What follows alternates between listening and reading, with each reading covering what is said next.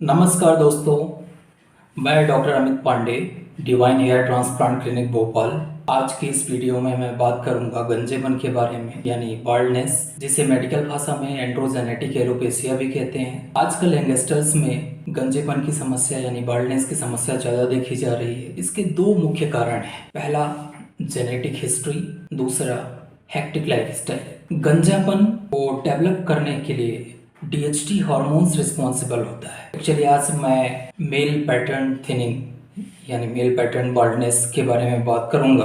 तो इसमें अगर हम पुरुष हैं यानी मेल पर्सन हैं तो हमारे बॉडी में टेस्टोस्टेरोन की मात्रा अच्छी खासी होगी, क्योंकि मेल कैरेक्टर देने के लिए टेस्टोस्टेरोन रिस्पॉन्सिबल होता है। कहने का मतलब है टेस्टोस्टेरोन हमारे बॉडी का एक वाइटल हार्मोन्स है।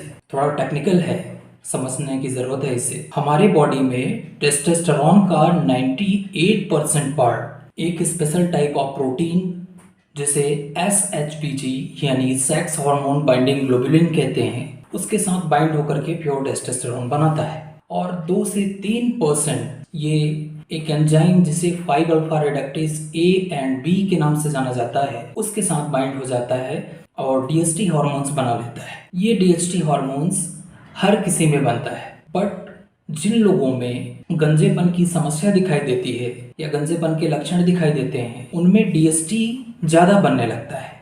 हमारे बॉडी में फ्री टेस्टोस्टेरोन ज़्यादा बनता है।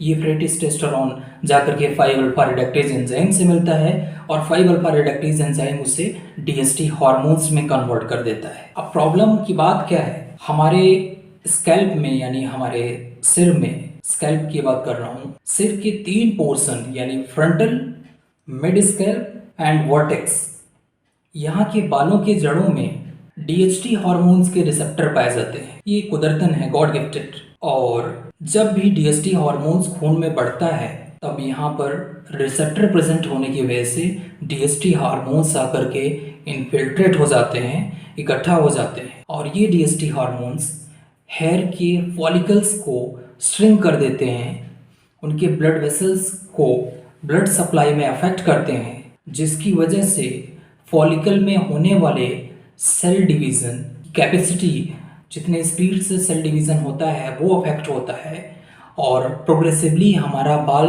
धीरे धीरे धीरे मिनिचराइज यानी थिन होने लगता है और एक टाइम पे टेक्निकली डेड हो जाता है। और वो जगह थिन हो जाता है यानी प्रोग्रेसिवली वो चिकना हो जाता है और हम उस जगह पर गंजे हो जाते हैं। अब गंजे होने की वजह से मेल पैटर्न थिनिंग अगर होता है तो सबसे बड़ी प्रॉब्लम आती है, हमारा चेहरे का शेप चेंज होता है, और इसकी वजह से यंगस्टर या जिसको भी हो रहा है फ्रस्ट्रेशन आता है, उनमें सोशल इशू आता है। अब DHT हार्मोन्स को रोका कैसे जाए? DHT हार्मोन्स को रोकने के लिए मेडिकली जो इनका मैनेजमेंट है, इसके लिए मुख्यतः 3 दवाएं यूज की जाती हैं। पहला, 5 अल्फा रिडक्टेज इनहिबिटर, जो 5 अल्फा रिडक्टेज एंजाइम को कम करे जिससे कि टेस्टोस्टेरोन से DHT का कन्वर्जन कम हो। दूसरा, वेसोडाइलेटर एजेंट, जिसमें मिनॉक्सिडिल 5% में, 7.5% में, 10% में यूज किया जाता है। फिनेस्टेरॉइड, ड्यूटास्टेरॉइड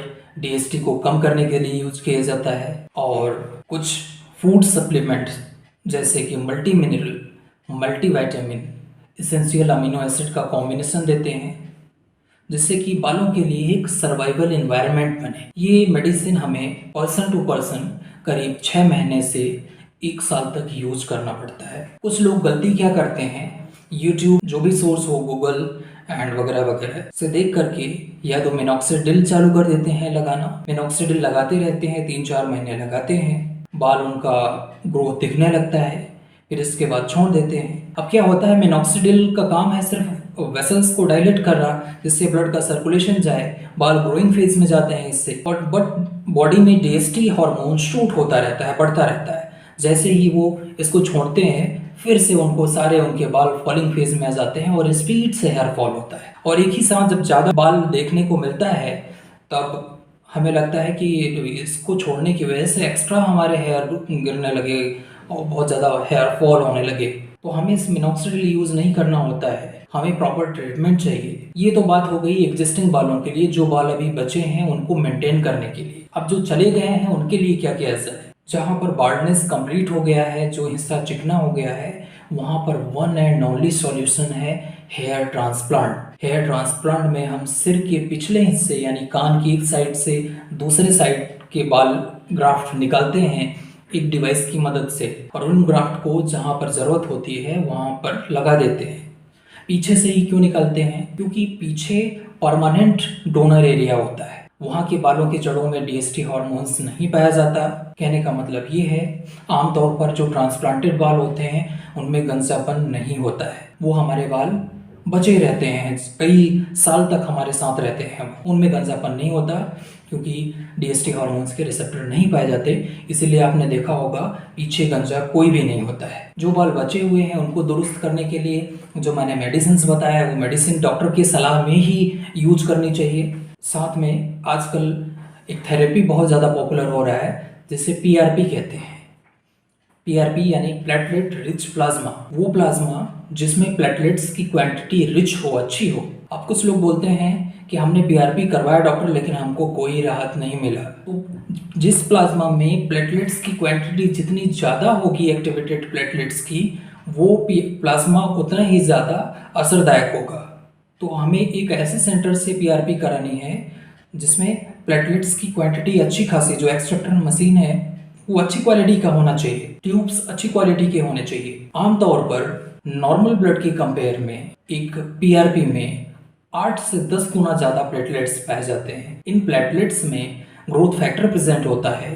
ये ग्रोथ फैक्टर सेल डिवीज़न को स्पीड से सेल डिवीज़न कराता है, यानी प्रोटीन सिंथेसिस कराता है, जिसकी वजह से हमारे जो पतले थिन शॉर्ट टिनी हेयर होते हैं वो मोटे होकर के बाहर आते हैं। अब एंड्रोजेनेटिक एलोपेसिया दो तरह का हो सकता है, यानी कि हमारा फ्रंट से बाल गया, फोर फिंगर मिड स्कैल्प से गया या क्राउन पोर्शन से गया।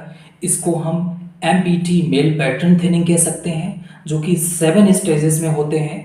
या डिफ्यूज हेयर लॉस हो सकता है, जिसको डिफ्यूज हेयर एलोपेसिया भी कहते हैं। एलोपेसिया का मतलब होता है loss of hair where it is normally supposed to be। Alopecia में गंजा पर डिफ्यूजली होता है, ऑल ओवर स्कैल्प में होता है। बाल तो रहते हैं लेकिन हमारे स्कैल्प की विजिबिलिटी बढ़ जाती है। तो गंजेपन के लिए इसका अगर शुरुआत में ही इलाज किया जाए तो गंजापन काफ़ी पोस्टपोन हो जाता है, 10 से 15 साल पोस्टपोन हो जाता है, जो कि 1-2 सालों में होने वाला होता है। और इसे हम, ये कंट्रोलेबल है और इसे हम ट्रीट कर सकते हैं। पेरेंट्स को स्पेशली ध्यान देना चाहिए, यंगस्टर हैं उनको ध्यान देना चाहिए, अपने डॉक्टर से जाएं, ट्रीटमेंट लें और बाल्ड होने से बचें। अगर पहले ही ट्रीटमेंट करते हैं तो बाल्ड होने से बचा जा सकता है। हाफ ईयरली इसकी मेडिसिन चलती है। फिर इसके बाद डॉक्टर, जैसे मैं अपने पेशेंटों को 3 महीने तक लगातार मेडिसिन देता हूँ पर डे खाने के लिए। फिर इसके बाद 1 in 15 days देता हूँ, 1 in fortnight देता हूँ, मतलब महीने में 2 बार सिर्फ टैबलेट खाने को देता हूँ, जिससे डीएसटी हार्मोन्स कंट्रोल होता है। और 2 बार महीने में टैबलेट लेने में कोई दिक्कत नहीं होती। अब कुछ लोग बोलते हैं कि डॉक्टर मेरे फादर, मेरे दादाजी ये लोग बाल्ड थे, मैं भी बाल्ड हो जाऊंगा। तो माय फ्रेंड, दादाजी और पिताजी उन्होंने मेडिसिन नहीं ली थी इसलिए वो जल्दी बाल्ड हो गए, या उनको बाल्डनेस लेट आई क्योंकि इस समय जितना उनके लाइफ में हेक्टिक लाइफ स्टाइल नहीं था। हमें हमारे ब्लड में डीएसटी बहुत तेजी से शूट कर रहा है, तो डीएसटी को कंट्रोल करना बहुत ज़रूरी है। एंटी डीएसटी मेडिसिन लेकर के कोई ऐसी मेडिसिन नहीं बनी जो बाल्ड चिकना हो गया है। बहुत सारे प्रोपोगेंडा, बहुत सारा एडवर्टाइजमेंट होता है, ये तेल लगाओ, ये चीज़ करो, इससे बाल आ जाएंगे। अगर एक बार बाल्ड हो गए, चिकना हो गया हो उस जगह, तो वहाँ पर मेडिसिन का काम नहीं है, सिर्फ हेयर ट्रांसप्लांट से हम उसको दोबारा बाल वहाँ पे ग्रो कर सकते हैं। ठीक है, इसलिए अपना पैसा और समय दोनों बर्बाद होने से बचें और एक अच्छे डॉक्टर के पास इसका ट्रीटमेंट लें। मैं फर्दर वीडियो हेयर ट्रांसप्लांट,